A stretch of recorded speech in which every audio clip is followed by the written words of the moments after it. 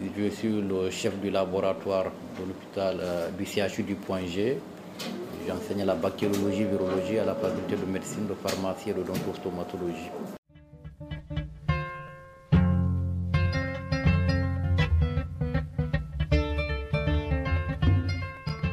Ça, c'est une erreur dès au départ. Le laboratoire, la biologie médicale a été le parent pauvre de la médecine. Les premiers cliniciens ont accordé plus d'importance à la radio qu'à la biologie, c'est ce qui explique cela. Mais actuellement, bon, on ne peut pas s'occuper aisément d'un malade sans l'appui de la biologie médicale. Il faut vraiment réaliser des analyses pour vraiment savoir ce qui ne va pas et ce qui va pour suivre un malade. Si on ne réalise pas des analyses, on ne peut pas savoir si le malade est discipliné ou non. Prenons le cas d'un diabétique. Un diabétique, si on ne fait pas des analyses pour le suivre, on ne sait pas s'il suit correctement son régime ou bien sûr s'il prend correctement ses médicaments.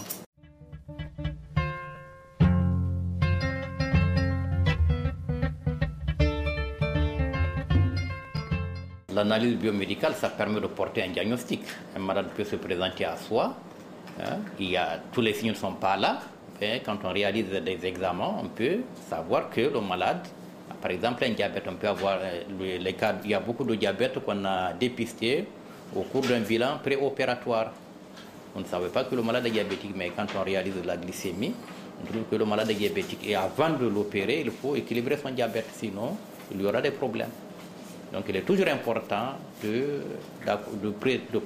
demander des examens de laboratoire quand les malades se présentent en consultation ou bien quand les malades sont hospitalisés. La clinique seule ne suffit pas.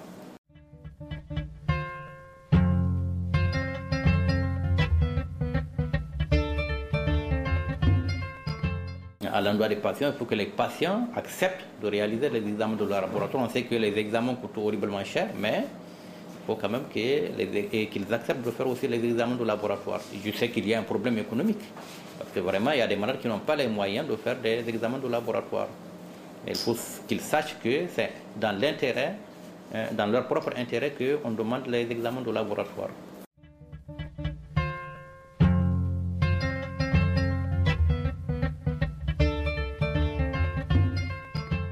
Dans le cadre du projet Action Bio-Mali, nous avons obtenu un certain nombre d'appareils, notamment un spectrophotomètre, un réfrigérateur, un congélateur, une étuve, un agitateur de Klein, qui nous a permis de travailler aisément. Nous avons obtenu aussi, à côté de cet équipement, des réactifs, notamment du Megronol GMSA, du violet de gentiane et de la fichine phéniquée.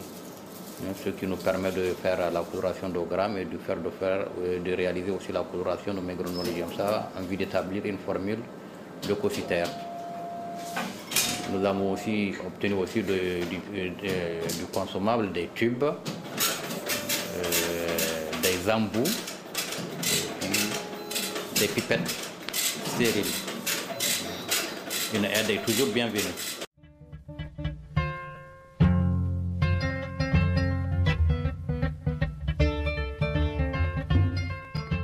L'Action Bio-Mali, ce que j'ai apprécié au niveau de l'Action Bio-Mali, c'est l'organisation de stages à l'intention des techniciens de laboratoire. Ça c'est tout à fait normal parce que les techniciens ont toujours besoin d'un recyclage.